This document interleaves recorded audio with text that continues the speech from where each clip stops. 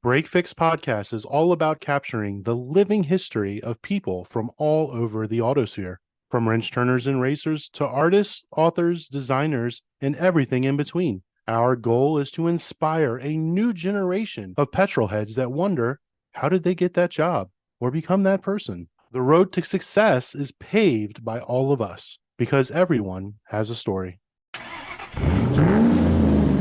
Our guest is a seasoned professional artist and visionary based in Rhode Island with over 3 decades of experience shaping various industries. From designing iconic t-shirts for clients like the Grateful Dead and the White House to innovating in the golf industry with the world's first fashion belt equipped with a divot tool, Rick Shad's creativity knows no bounds. His journey led him through packaging design, toy innovation at Hasbro, and even culminated in co-creating the acclaimed Audrain's Newport Concourse and Motor Week. And he's here to tell all of us about his story. So with that, let's welcome Rick to Break Fix. Man, great to be here. Thank you. Thank you for the introduction. I sound really important or accomplished. And hiding in the background, but not for too much longer, is one of our regular co-hosts to Break Fix. Let's welcome back Don Weberg from Garage Style Magazine. Hello. Thank you. Thank you. Good to be here. Good to be here. Next time, Eric, make sure there's some background music going on when you introduce me. Will you please? Come on. Some nice lounge music, a cigar. Let's step this up a little bit.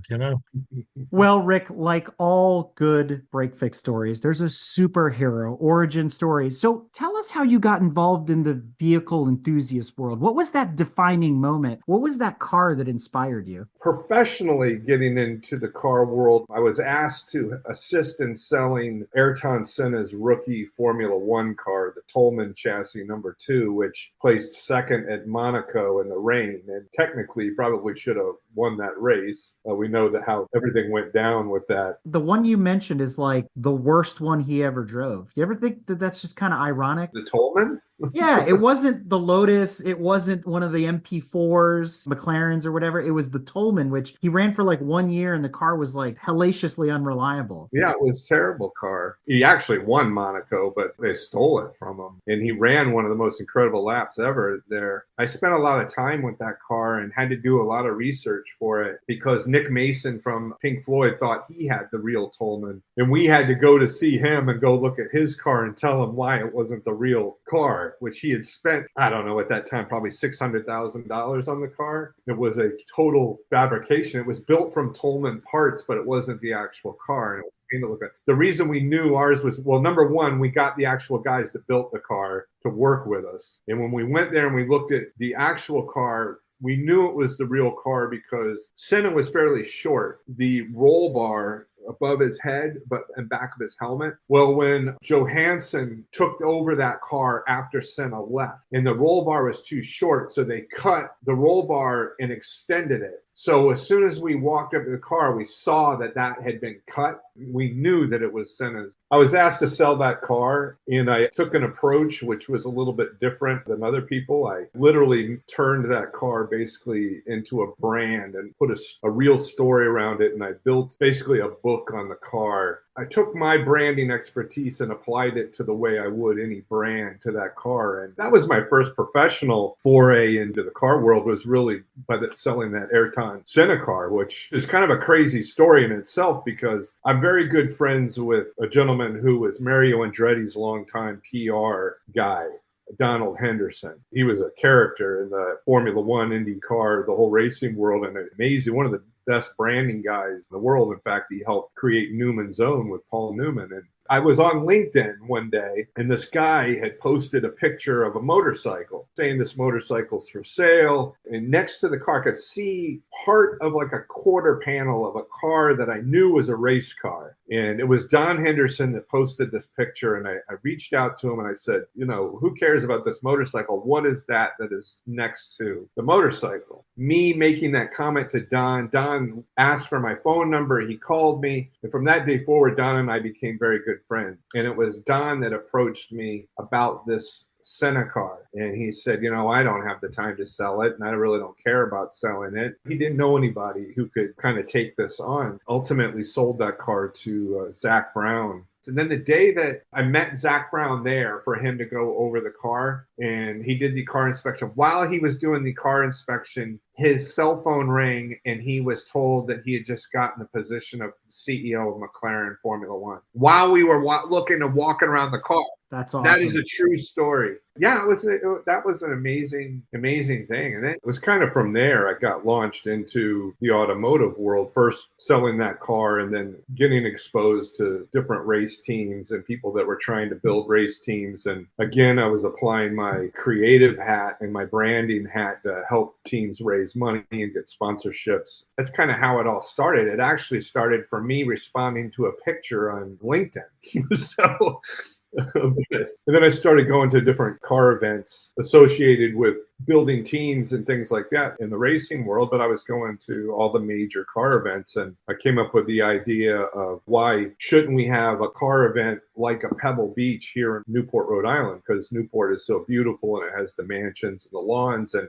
in my mind, I kind of painted this picture as to what something like that would look like. And do like I do with any idea I have, I actually put it down on paper. And I take that idea, and from that concept that I'll write in bullet point, I'll start talking to some people about it, and it looks like it has some kind of legs. Then I will go ahead and do a formal presentation around the idea, and then that is my selling tool to sell whatever it is creatively that I'm trying to do. Ultimately, I met Nick Schorsch, who was the founder of Audrain Automotive Museum. He basically said, I've always wanted to do something like this, and he had been thinking about something similar. He said, why would I compete with you to build an event? Why don't we do it together, and I'll hire you to do it? And we started that journey in 2017, and it took until 2019, we launched the first Audrain Newport Concours and Motor Week, and it was heralded as one of the most successful first-year automotive events ever held in the United States. It was a very difficult thing to do over such a short period of time and make it look like it had happened year after year after year. I mean, that was probably one of the pinnacles of my life, was building that event. And you know what's fun about this is we've now painted a picture of Rick the adult, but that's not what we came here to talk about. We came here to talk about your alter ego, the Pope of Plastic. And we're going to dive more into that. But that starts with little Rick. Yes. Playing in the basement. You got started in models like many of us at a really young age. Who brought you to that? Was there somebody that mentored you or inspired you to deepen your passion for modeling? And obviously that carries into a passion for cars. I was born to be an artist, and my mom saw that very early on, that she had a son that she felt had talent who could end up being something in the art world. But the model building started when I was really young. I mean, I built my first model in 1975. It was a model by Revell. It was a submarine. I did an absolute terrible job, and it was horrible. But the person who really influenced me in model building was my oldest brother, David. He used to build incredible models, and he would never let me watch him build a model. He'd never let me see, and I would sit outside of his bedroom begging to come in to look and watch him build models, but he would never, ever let me. When he would go to school, or I'd get out early and I'd get home before him, or he would go out someplace,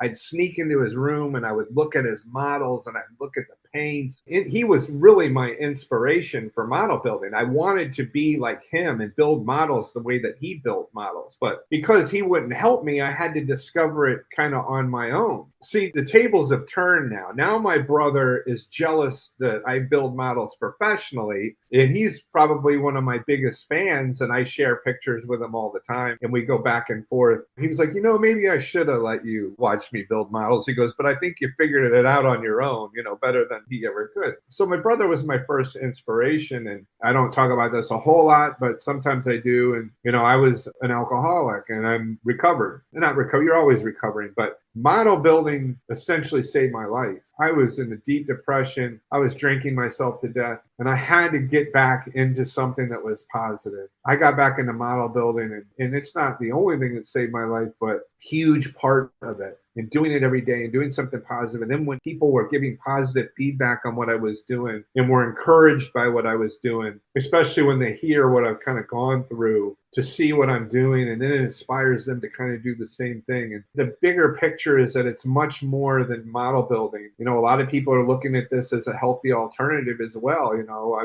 have a lot of people that were addicts and things like that, and they need something positive to do. And it's incredible. I mean, people that are trying to do something that can ultimately kind of change their lives. And that's an important thing to know. And it's really on TikTok. It's really what my community is about. It's not about, hey, look at me, I'm the best model builder on TikTok, or I'm this, I'm that, I'm the Pope of Plastic. It's encouraging people to come together creatively to just be part of something. And if I can kind of be that ringleader to let people know, hey, you know, there's fun things to do that other people can enjoy you doing that are positive versus stuff that's negative, then that's really what it's all about for me. And I make a living at it. You know, I'm not going to lie. I get money. TikTok pays me money, and I sell models. But as far as cars go, I grew up having an affinity for racing. My cousin was Cale Yarborough, the famous NASCAR driver. I grew up watching Cale race, and I was also a huge fan of the Indianapolis 500.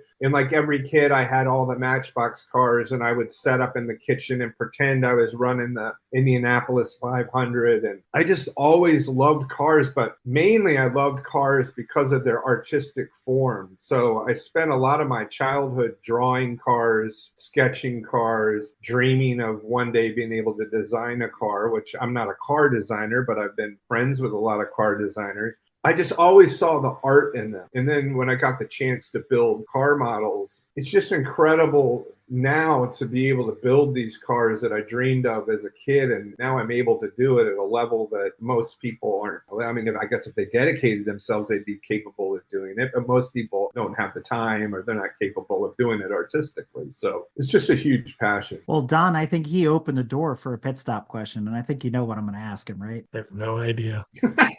It's one of our classics, Rick, which is, as an artist especially, I love hearing the answer to this. What is the sexiest car of all time? Well, I can't say one car, but I can say one brand, and that without a doubt is Ferrari. And I know that would be a popular answer for most people, but the thing about Ferrari is it is 100% art, from the engine to the chassis to everything that they do with those cars, especially the classic Ferraris. When Enzo Ferrari, you know, his vision, his passion was always about the sound, about the look, about what it looked like when it was going down the road, what it looked like from behind, what it looked like, you know, the front. You know, he said, you know, a Ferrari emulates a beautiful woman. I've done some public speaking and things, and I'll talk about Ferrari, and I will draw the silhouette very quickly, and I can say, okay, imagine a woman laying on her side, and here is the hip, and then it goes down, and then you have the shoulder, and then it goes all the way out into the nose of the car down to the road. And if you look at that shape, what you can look at is basically like a beautiful woman on her side, and then you can actually start adding wheel wells and everything else, and you can watch it transform into the actual shape of something that looks very similar to a Ferrari. And I think that's a good example of the way the design process was done back in the day. Ferraris are so fluid and so sexual. And even if it wasn't Ferrari, if it was another brand that had kind of that same approach. Well, the car that comes up a lot, and you'd probably not be surprised by this, is the E-Type Jag. Yeah, Enzo said that the Jaguar was the most beautiful car he had ever seen. Kind of the same principle when you look at it. They're almost liquid in their form. That's an incredible thing. So it's hard to say one, because I think all Ferraris are beautiful. I'm not as much of a fan now of the more modern Ferraris. I'm more of the classical Ferraris. I think when Ferrari went public, a lot of things changed. I don't think you would have ever seen an SUV from Enzo Ferrari. I don't think you would have ever seen an electric Ferrari. And I think he was very true to his passion, and he kept that passion alive all the way until he died. When he died, Ferrari changed immensely, I think. I think at the core, the passion is still there, but especially amongst Ferrari fans. I mean, I'm still a fan of Ferrari. I'll always bleed Ferrari red, but I'm not as much of a fan of the new stuff as I was of the old stuff. You know, Rick, listening to you about Ferrari, et cetera, I think we can all agree here that the best looking Ferrari ever made, you know, correct me if you think I'm wrong, the Mondial Coupe. Oh, stop. Oh, yeah, it was the greatest Ferrari ever done, the family four-seater Ferrari. There you go. It looked like a squash toaster. I love the cheese grater on the side. Grate your Parmesan right there. It's terrific. Yeah, there's definitely visions of the 250 GTO in that. Yeah. It's just unbelievable. Great car, the Mondial. I was curious about your moniker, your name, the Pope of Plastic. Go into that for me. What the hell is a Pope of Plastic? Well, the Pope of Plastic came about. First off, I wasn't working. I was looking for work. Still am. And I wanted to get back into model building because I was always able to sell models kind of on commission on the side to make extra money. And when I couldn't find work, I said, well, look, I got to do this seriously. And if I'm going to do it seriously, I need to be on different social media sites. I was just sitting there one night and I said, I got to come up with a name. And I went through all these different iterations of what it should be called. And then I was like, it should have something to do with plastic. Plastic is a great word. A lot of people relate to plastic. I said, what goes with plastic? And I went through all these different names. And all of a sudden I hit upon what would be the hierarchy of plastic. If plastic was a religion, what would the hierarchy be? And I was like, well, the top would be the Pope. As soon as I said Pope, I went Pope Plastic, Pope of Plastic. I was like, bingo, there it is. I thought it was funny. I thought people would find it humorous. And it's tongue in cheek. I was never trying to say to people, hey, I'm the best model builder in the world. Look at me. It was more a funny, humorous thing that would grab somebody's attention and also something that I could build a logo around. And so I started Pope of Plastic first on Instagram, really didn't get much traction. I wasn't really putting a lot of work into it, but a friend of mine said, hey, you should go on TikTok because TikTok is all live. He goes, people would love to watch you build models. And I was like, what am I going to do on TikTok? I don't dance. I don't own a cat. I don't do makeup pointers. He said, no. He goes, you could build an amazing community on TikTok. Forget about what you hear about in the media and everything. People are there to discover things and especially watch people do things live, whether it's oil painting or DIY things or crocheting or whatever it is. And he said, you should give it a try. He goes, you have a good sense of humor. Obviously, I know what I'm doing when I'm building models. And I said, all right, what the hell? I'll go on there. One night I went on and set up the account and never thought that anybody would follow me. And within like a month, I had 1,000 followers and I could go live. And when I started going live, people just hooked right into it. It was incredible. To this day on TikTok, people don't even know my real name. They call me the Pope. I'm the Pope. That's all they refer to me as is the Pope. Pope this. Pope, can you answer this question? Pope, can you do this? And it's really incredible because it's turned into a community of people that are just fascinated with model building. A lot of older people who hadn't built a model since they were in high school and they're looking for something to do. And I've gotten a lot of people back into the hobby. I've gotten a lot of people to bring their young children in to watch me do what I do. A lot of the people who follow me have become friends with each other. It's a pretty interesting thing. So the Pope of Plastic has really turned into a brand for me. Now, Rick, forgive me, I haven't seen any of your TikTok, but I'm curious. You say people watch you build the models, you put them together. Are you showing them specific techniques on painting, on gluing, on how are you doing this? What are you building it with? They're literally watching me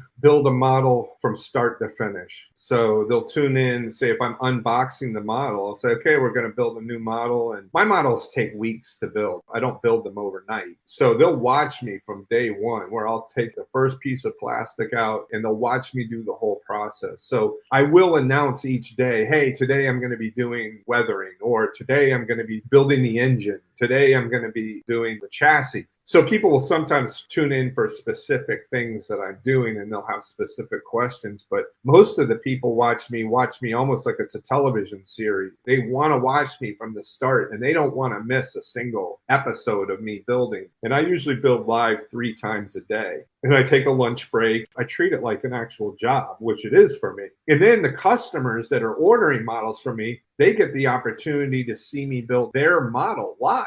They find it very fascinating. And a lot of people who order models from me now order it because of that reason. They want to watch me build their model. And then when they get it, they're excited because, they've seen me do the whole thing from start to finish. So it's really unique. And it's a very, very positive community that I've built. And a lot of those people become friends with each other, which is really, really cool. So it obviously helps your business then. It is my business. And that's why it scares me when I hear them talk about getting rid of it, because I can honestly tell you on all the platforms that I'm on, TikTok is the only one. I don't think I've ever had a negative comment. I've never had a negative thing happen. And TikTok is very strict. I can't sit there and talk about drugs or things like that. They'll yank you right off. So you have to really be very measured in what you do on there. And for what I'm doing, I think that's a very good thing. I pride myself in building a very positive community on there. The way you're describing it, do you feel a lot of pressure to be like perfect on spot? Click, click, click, click, click. I build like I would if I were just sitting here by myself, except I talk to the people. The thing they love the most is when I get angry, because I get mad a lot when I'm building. And I have been known to throw things, and I've been known to drop a few F-bombs here and there. Usually when the tester's glue keeps your fingers united, right? Yeah. Their favorite thing is when I drop things on the floor, because that's like the worst thing in model building is when you drop something on the floor, especially a small piece. And they can watch me progressively get angrier and angrier. They just love it. I mean, because it's real. And I tell them all the time, what if I were at your job, standing behind you, watching you work all day and making comments? You know, how would you do?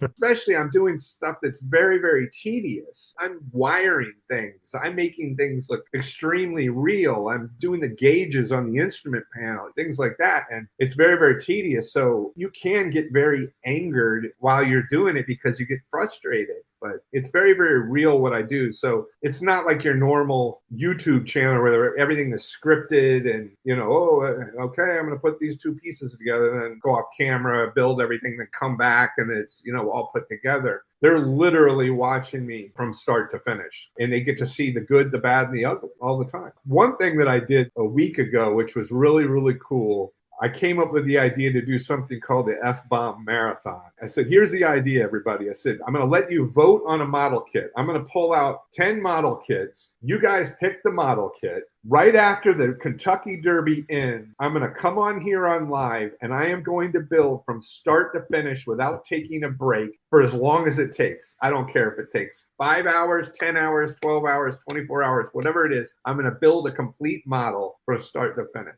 And we called it the F-Bomb Marathon because you can be guaranteed that I started dropping F-bombs the more hours accumulated. And let me tell you, it was one of the most watched things I've ever done. I had over 140,000 people watch over the course of 12 hours. And I built the model from start to finish in 12 hours. And at the end, in the 12th hour, I auctioned the model off. And then they got to take the model home. But it was really cool. I'm always doing fun things like that, coming up with different contests to give stuff away. What was your favorite model to build? What kind of car was it? Well, I build everything. I build whatever I'm hired to build. I build cars, planes, trucks, tanks, boats, whatever it is I get hired to do. So I do a lot of cars. My favorite car that I've ever done was an Alfa Romeo Spider race car from 1934, I think. It's beautiful. It's a beautiful, beautiful model. It's a 1/12 scale, but it has every hose, a lot of scratch building. It looks exactly like the real thing. And I did it post-race, so it's dirt with the mud and the grime. It's a beautiful, beautiful model. I've done so many, though. I get asked all the time. Even today when I was live, they were, oh, what's your favorite model that you've done? I love every single one of them that I do. Just for this year alone, today I finished my 22nd model since January 1. That's a lot of models. And when you see my models, it's pretty incredible that I've been able to do that many this year. But I do it every day. I do it probably 60 hours a week.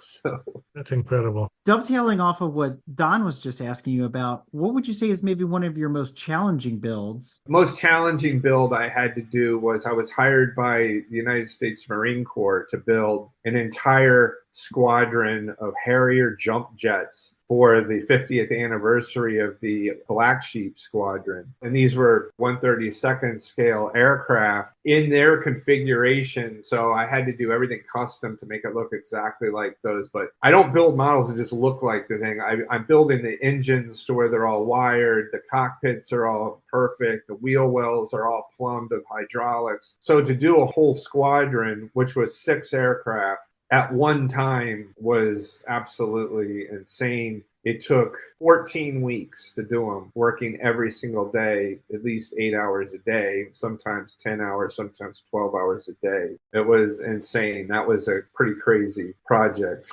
So, And then kind of thinking to the future, because the year's not over yet, what's on your bucket list? What do you still want to build? well, I actually have it here. I haven't started it yet. I have to find a customer for it because it was a gift from one of my fans. I just got a 1/12 scale Bugatti Type 37.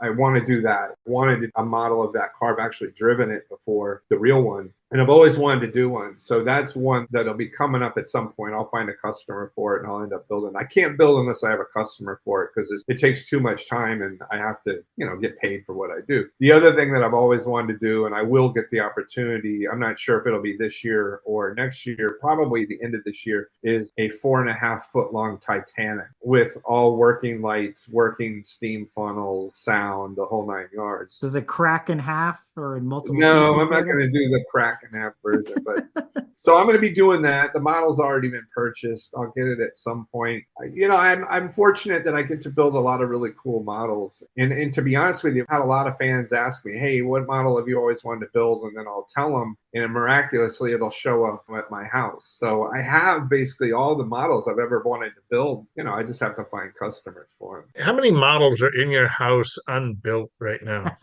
Over 100, but they're all for customers, so they're not mine. Right. They're just waiting. I have a waiting list. And then a lot of the times people send me models every day. I had a model come today. They're just because they want to give me a model. All week long, I build the big, complicated models. On the weekends, I'll do small models, something I can build in 2 days. So those are models that the average person can kind of afford, and I'll auction them off. Or I run contests, so sometimes I'll build a contest winner's build on the weekend. Where do you auction these off? TikTok? TikTok, yeah. I tell them Sunday at 7 p.m., I'm going to auction this off and tune in. The way that it works is they have to place their bid in the comment section. And I vet everybody before. I say, if you're going to bid, you have to message me. You have to understand how it works. You have to be ready to pay as soon as the auction is over with. And it's worked out really well for me. I've never been scammed by anybody. I always have bidding wars in there, which is really interesting to see. I have some guys that have almost 10 of my models, which my models are expensive, a $500 to $800 model. So I've got guys that collect my models, but it's fun because the small, inexpensive models, it gives the average person a chance to own one of my models, which is pretty cool. So where do you find these fits? I mean, are these Ertls, AMTs? What are we talking about? We make a lot of fun of AMT and MPC and the Ertl. A lot of them, the customer will buy the model, have already bought the model. Maybe it's a model that maybe even their father owned or something and was never built, and they've always wanted to see it built. Or it's a model of car that they wanted as a kid, or they drove in high school and they'll find the kit and they don't have the skills to build it, so they send it to me. Same thing with airplanes or tanks or whatever. The customer buys the model and then they send it to me, or I find the model for them and then they pay for the model. And then I build the model for them. But it's not just building right out of the box. There's a lot that goes into it. Yes, I use what's in the box, most of it, but a lot of times I'm scratch building components because they're not up to the realism that I want. What are some of the components you scratch build? For an interior of a car, the seat belts, the upholstery, the dash, the instrument panels are usually scratch built. All of the wiring goes behind the dashboard. Even though you don't see a lot of this stuff, it's still there. And I take photographs as I'm going, so the customer has photographs of the whole process so they can see what went into it. All the stuff that model companies don't invest the time to putting into the cars, or it's just not realistic enough. So I'm reupholstering and make it, look more real. And it's interesting you bring that up because I've seen some videos where guys are either resto-modding or rehabbing or restoring older models. So do you do some of that as well? You mentioned the word reupholster, and it sprung that image into my mind where I've watched videos of guys doing this. I will refurbish a model for somebody, but I prefer to start from scratch. Put it this way, I just had a huge vintage Formula One car model sent to me. It's partially built, which I normally say absolutely no, I won't do that because I want to start from scratch because it's a process I go through. But on certain occasions, this is a very special model they stopped making in the 70s, and it's a very detailed model out of Japan. And I couldn't turn it down, so I was like, yeah, I'll do this. But most of the time, I'm building it from the start to finish. What kind of makes me different from everybody else is that I don't build showroom models. I build models that look like they've been raced, run, worn, rusty, dented, dirty interiors, the wheels are dirty, the tires are about to go flat.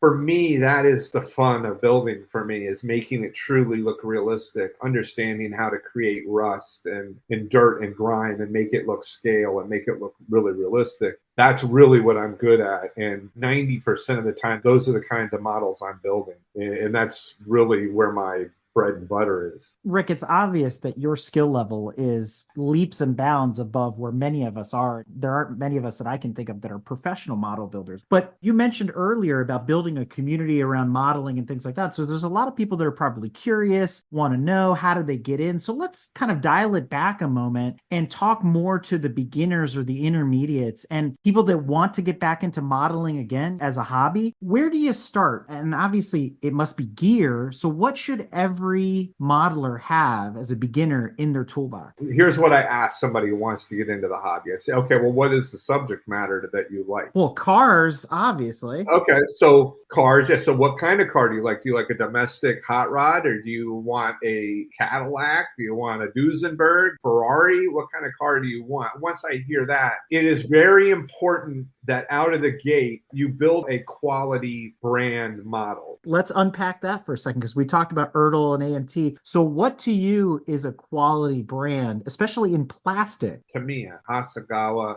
Ashima. There's a few brands out there that are very, very good. The Japanese probably make the best kits in the world. The domestic kits that you want would be like a Mobius, or you'd want Silvino Jr., which makes a lot of racing kits. AMT and MPC, which most people remember as a kid, those kits, there are millions of them out there. They make a lot of great subject matter, but the quality of their models is not very good. The molding isn't that good. They're very complicated because they don't fit very well. So I steer people away from that. I tell them, if you want to build a really good kit right out of the gate, I would buy Tamiya, because Tamiya is one of the oldest model companies in the world. Their instructions are rock solid. The fit and finish of their models is bar none better than anybody else in the industry. So the better the kit, the easier it is to build and the better results you're going to have. So I steer them towards a Tamiya kit. Number two, get the model kit, read on the side what paints that you need, and buy those paints.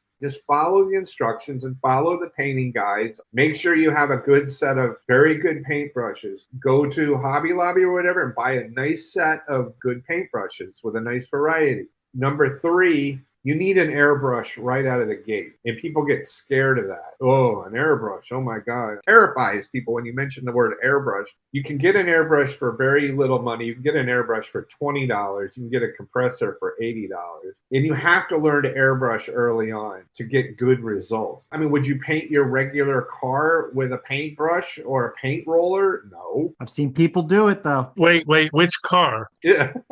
So you want to get an airbrush so you can get a nice smooth finish, on all of your parts. You have to get the right glues. We still use the glue that you used as a kid, but it's used for certain things. There's about 4 different glues that you need to get. And you got to understand how to use those different glues. The most important thing when you open up a kit and you actually start to build and you're following the instructions is, my biggest, best piece of advice for somebody is, treat every little assembly like its own model. Take great care in each assembly. You're starting out with the engine, follow the painting instructions, assemble everything very carefully. And if you take your time with every single component, by the end of the model, you're going to have a very, very nice model. And I think you'll have a lot of fun doing it. It's no different than doing a puzzle or whatever. It's a little more entailed. And when people finish a model, the first one, I hear from them all the time, and they're just absolutely, they're like, I can't believe how much fun that was. And my kid enjoyed doing it with me. I can't wait to do another one. And this next one, we're actually going to try to weather the engine, and things like that. So I get to watch that progression. But the most important thing is to buy a very good model kit, which would be, my suggestion would be Tamiya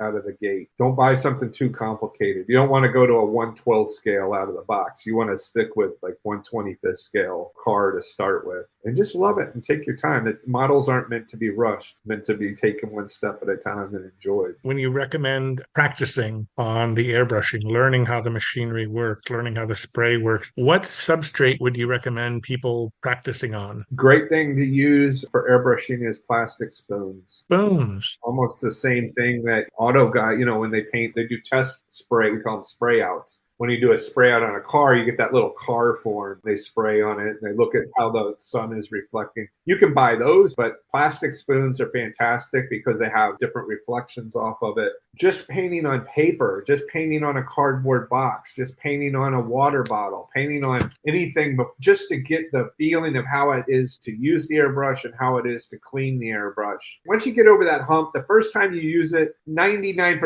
of the time everybody goes, oh my God, it was a lot easier than I thought it was. And it was so much fun. And I can't believe how great the paint came out, because they're not used to doing that. Or they're used to using a rattle can, which are terrible because they put too much paint out too quickly. And it's very difficult to get a good finish with a rattle can. Airbrushing is incredible, but you also have to know how to thin the paint, what paint to use. I don't ever recommend anybody using enamel anymore. Most of us have moved over to acrylics, which are great because you can thin them with water or you can thin them with rubbing alcohol, is what I use. As the Pope of Plastic, I call it the Holy Spirit. So that's what we use, which is 91% rubbing alcohol that you can buy at any Walgreens or CVS. I use Tamiya acrylic paint. As soon as you get the bottle, you can split this in half rubbing alcohol, half paint. So you're automatically extending your paint, but you need to be able to thin the paint in order for it to work with the airbrush. The other great thing about thinning it with rubbing alcohol is that it accelerates the drying. So pretty much when you're done spraying it, the model is dry to the touch. So you can actually handle it a little bit. So it's a lot different than your old enamels, which take a long time to dry. And, once you get a fingerprint in it, you're screwed. You mentioned, cutting it with alcohol, cutting it with water. Do you have demonstrated videos where people can watch what you're doing so they can see exactly how you're doing it, so they can learn from that? A lot of guys do that. I really don't do that. I encourage people to watch me do it live. And when they come on the live, they can ask me any question in the world. And a lot of times when I'm in between things, I'll demonstrate for them. Here's how I did it. Here's how I'm doing it. And I do it in live time versus just making a recording of my hands and showing how I do it. The other thing, to be honest with you, is that a lot of this stuff I'm kind of secretive about. I just don't like everybody knowing how I do everything. And unfortunately, I've had to give a lot of his secrets away because I keep getting asked, or they're watching me do something and they're like, oh, what are you doing right there? What is that you just did? And then I'm kind of forced to tell them. I'm getting better at doing that because I realize that what I'm doing is an art form. And just because you watch Rembrandt paint a painting, that doesn't mean that you're going to be Rembrandt. I've had to kind of realize that what I do is art, and you have to have an artistic eye, especially in painting, because weathering in painting is all about layering color. If you don't understand color theory and you don't understand what colors go to trick the eye to think it's this and think it's that, then you're not going to be very good at the weathering part of it. The weathering is all layering of color and understanding how that all works. And making rust on a model kit, you don't do it the same way, the rust is actually formed in nature. You're tricking the eye to think it is actual rust. So there's a lot of techniques and things like that that you develop over time to be able to execute those things. And I can execute them very fast because I do it all the time. So which is, that's what they really enjoy watching. They like seeing it unfold. Decals. They're the absolute worst. Oh, they're the nemesis. Ugh. You dip them in the little water, you pull them out and they tear. You're done. It's over. Do you have any tips on how to handle that stuff? Decals are difficult. So the tip is always start with very hot water. You dip the decal in. Don't let it sit for too long. Test it and see where it just starts sliding off the paper. You put the paper in position where you want the decal to go. You slide the very beginning of it off into where it touches the plastic, and then you gently slide the paper and let it fall down onto the plastic. That's okay, but what happens is bubbles will form. It doesn't go down into the cracks, like putting a big piece of vinyl on your car and saying, okay, there you go, it looks great. But they move and smush all the bubbles out. They cut and they let it fall into all the crevices. So in model building, they make solution now called Solve Set. And Solve Set is you put the decal down with water, you tap down the water, or you let the decal dry a little bit. Once the decal dries a little bit, then you take paintbrush in the Solve Set liquid,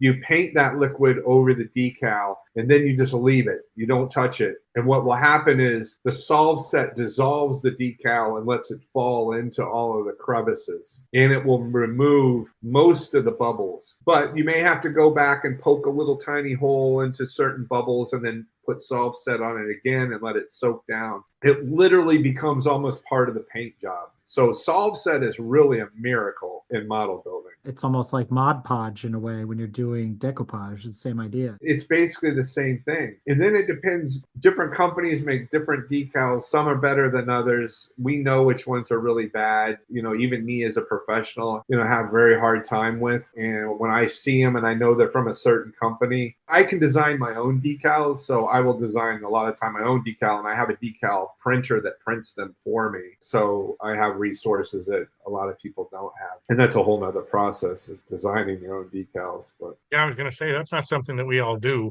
3D printers are becoming a thing, but decal printer, that's a whole nother story. When you want to buy a model, where do you go? Do you go to Amazon? Do you go to a toy store you like? Where do you go? Amazon is a great place to find just about any model. I get everything on Amazon. I have my own hobby shop on Amazon, amazon.com/shop/the Pope of Plastic. And I have over 300 items in there, a lot of models, all the supplies that everybody watches me use every day. I say, hey, if you want what I'm using, it's on Amazon. I don't make a whole bunch of money from that. I did it more as a convenience because I get the question all the time, oh, where did you get your airbrush? Where did you get your compressor? Where did you get this model?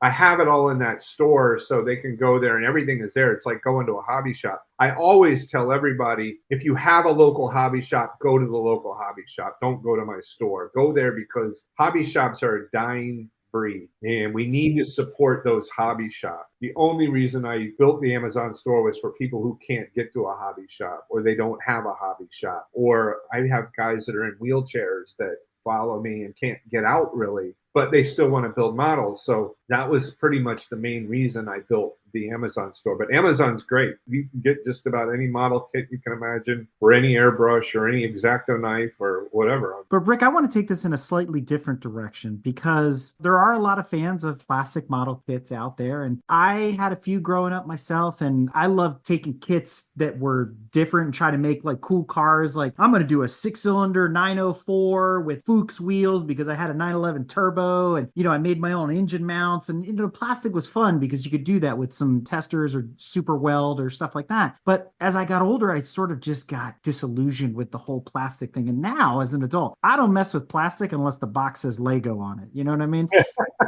So plastic over diecast. Let's talk about that a little bit. I know where Don sits on this and he knows about my collection. So I want to get your thoughts on plastic versus diecast. There's no comparison. Plastics leaps and bounds better than diecast. Look, I know all the brands. I know CMC and X-Acto and Amalgam and all of that. But most of the diecast are not diecast. They're resin. And resin models are equally as good, if not better sometimes, than plastic is. Diecast, let's use the word correctly, like an Ertl diecast car cannot hold a candle to a really well done plastic model. And the reason being is that diecast has a thickness to it that it has to be cast in a certain thickness or else it'll basically break. Yeah, it's pot metal. It's pot metal. So plastic, you can go very thin. So you can get very realistic crease lines, opening doors, trunk lid openings, vent openings, all of those types of things. And then when you add in photo etched to it and then 3D resin printed parts or 3D cast parts, it leaps and bounds better than die cast. Now, when you get into an amalgam, which I've actually done work with amalgam, I'm friends with the founder, Sandy Copeman, out of the UK, who their models are $20,000, $50,000, $100,000. Again, that's a resin model, and they're hand forming all the different components, and they're 3D printing all the different components. And you can't buy that as a kit, and you have to buy it as a finished model. But the quality is incredible. But they're not doing die cast; they're doing resin, and they're doing plastics, and they're doing photo etch. Even though they're amazing, and I own a bunch of CMCs, and I have X-Acto, and I have amalgam, and I have all these things. When you look at a die cast, you can tell the body thickness is thicker than it would be on like an actual car. That's the only telltale sign. CMC and X-Acto make amazing models. They're incredible. Their craftsmanship is incredible. But also I look at those and my eye is trained to look at things kind of in scale. And a lot of times on Exato and CMC, the scaling of fabrics and things like that isn't quite right. Those are the things I look at. So when I'm building a model, I'm looking for things that look truly scale. So if it's fabric on a seat, what fabric would I use? But most of the time, I'm not using fabric because fabric, there is no scale that's small enough to make it look like actual fabric. So you have to develop your own tricks to make it look like fabric when it's not actually fabric. I saw that on a Ferrari build where a guy was using some shaved something or other on an F40 to give it that look. Yeah. Because the F40 had that Alcantara Yes. dashboard or whatever. And then it was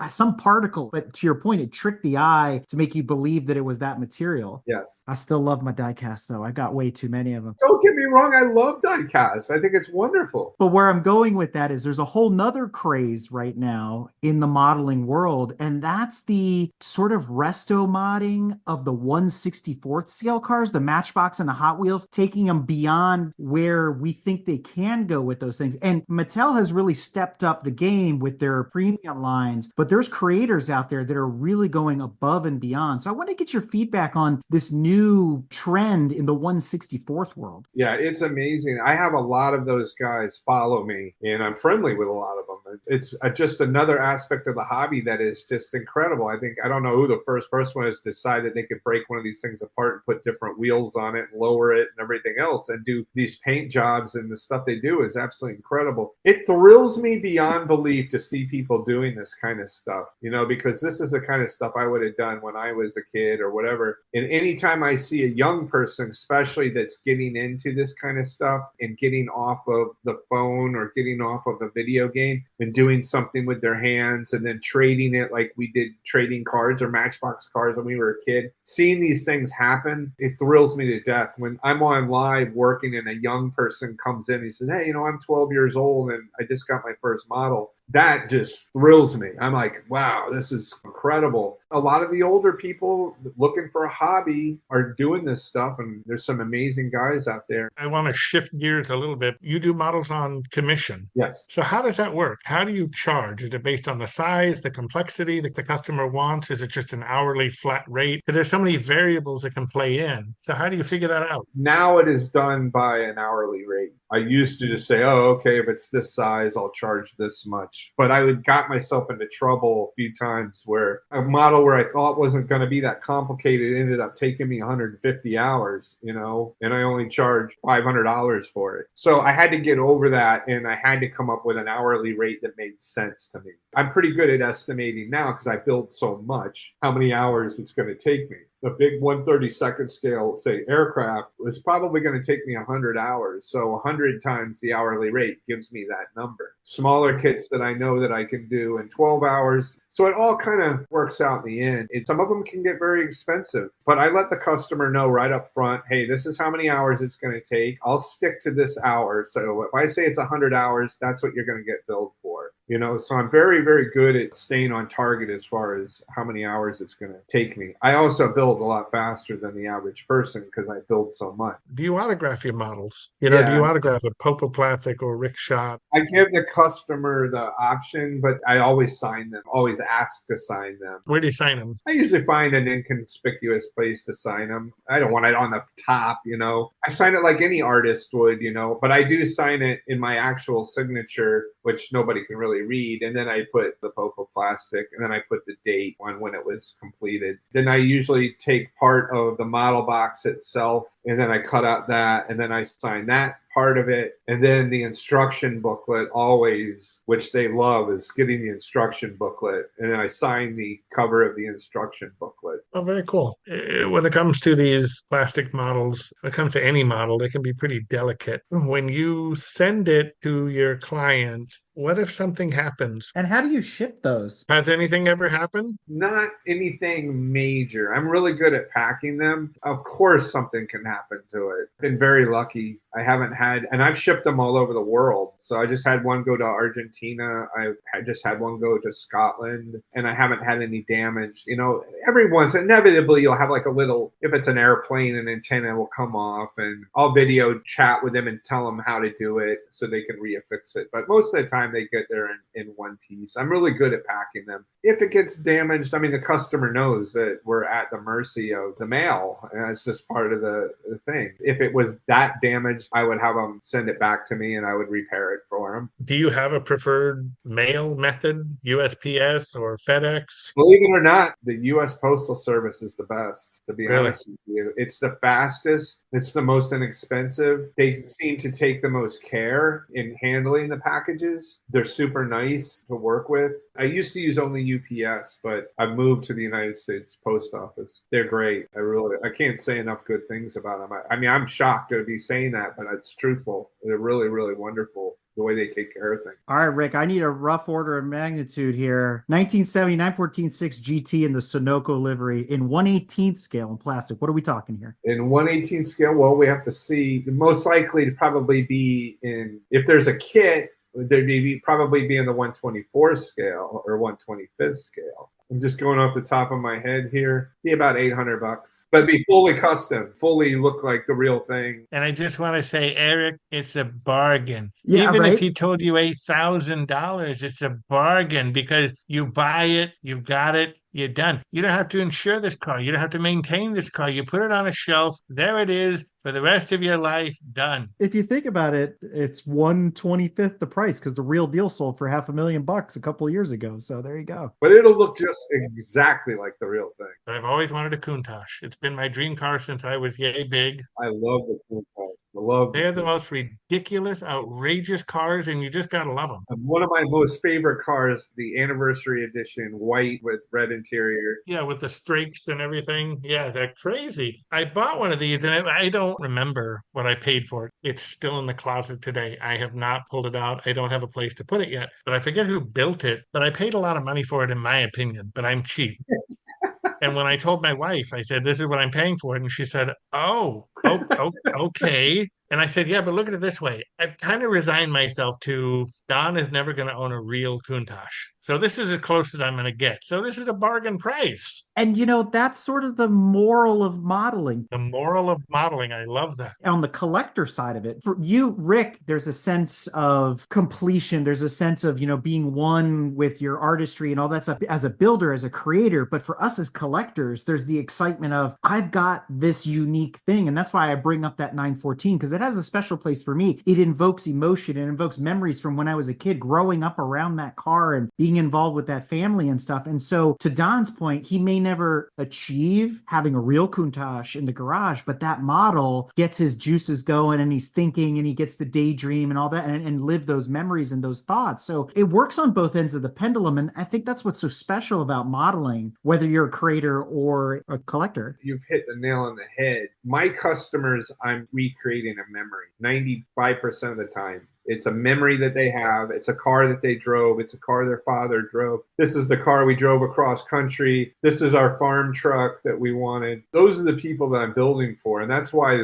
my models, they supply me with pictures and I emulate exactly what those pictures. So when they get it, they're like, wow, this is what I remember. This is exactly what I remember. Anybody can go buy a diecast car of just about any car on the planet, and put it there. And those are cool. There's nothing wrong with that. My cars, my models tell a story. You look at it and it's very personal to that person. I've had this concept, and maybe somebody listening here will reach out to me. I've been wanting to do a television, like a Netflix series or a Hulu series on that exact topic, where the story is the person comes to me with their story. Say it's a Lamborghini Countach and it was a car my dad owned, but he's not with us anymore. So the television show would literally tell the history of that car or whatever it is. It would tell the story of his father and why he had the affinity to the car. And then it goes to me actually getting the model and building the model based on the photography and the stories that the family has told me. And at the end, I'm unveiling the model to the family, to that special person. And that is the show that I'm dying to do one day if I ever get the opportunity, because I think it has the perfect blend of history, feel-good family, watching something that you've done as a kid and maybe you want to do again. And then it has that element of unveiling, of surprise, at the end. What is the person going to think when they pull the sheet off of this Countach that they've dreamed about? And now here it is. And that eventually is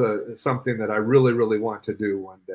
is that whole concept. I was picturing it in my mind. I was actually thinking this show could actually be. Yeah, it'd be pretty cool. I'd watch it for sure. Mhm. Even though I'm a collector and an Odon my daughters come down here and they ask me about the cars and what's so important about this one. And so I can either tell them about its importance and significance in the world of racing or in the autosphere, or it's important to me, or my grandfather had one of these and they're like, wait, what? Much like the motto of our show, every car has a story. Everyone has a story. They're all special in their own way. And what you're doing, it resonates with that. I love talking about model building, obviously. It's just an amazing thing to do every day. I'm jealous, right? I wish I could.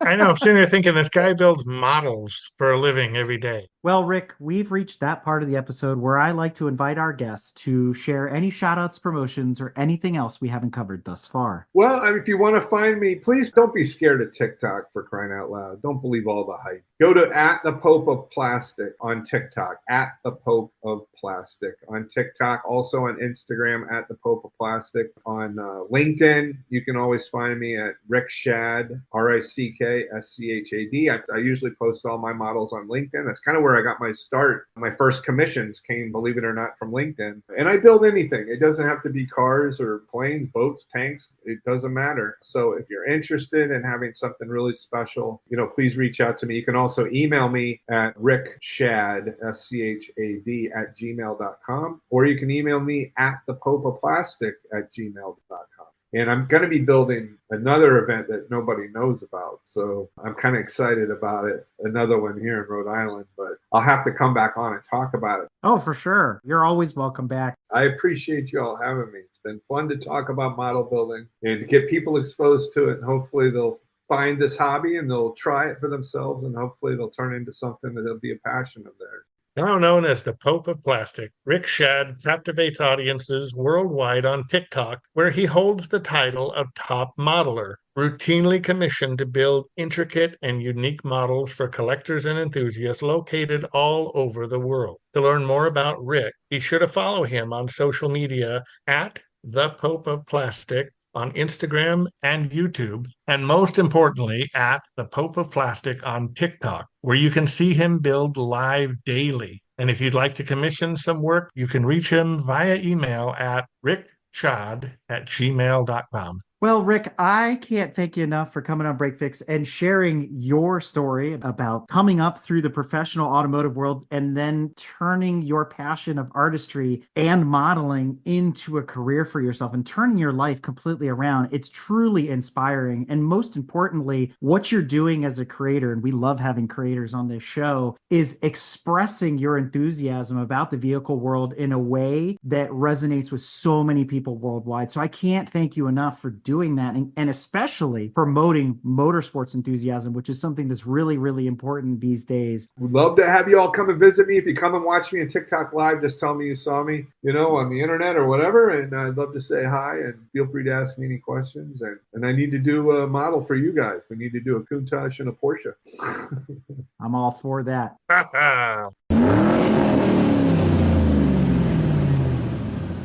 We hope you enjoyed another awesome episode of Break Fix Podcast, brought to you by Grand Touring Motorsports.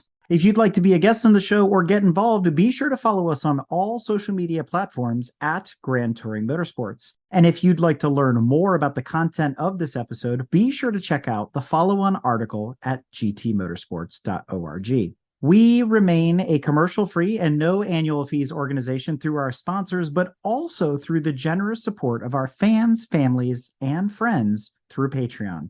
For as little as $2.50 a month, you can get access to more behind-the-scenes action, additional pit stop minisodes, and other VIP goodies, as well as keeping our team of creators fed on their strict diet of Fig Newtons, gummy bears, and Monster. So consider signing up for Patreon today at www.patreon.com/GT Motorsports.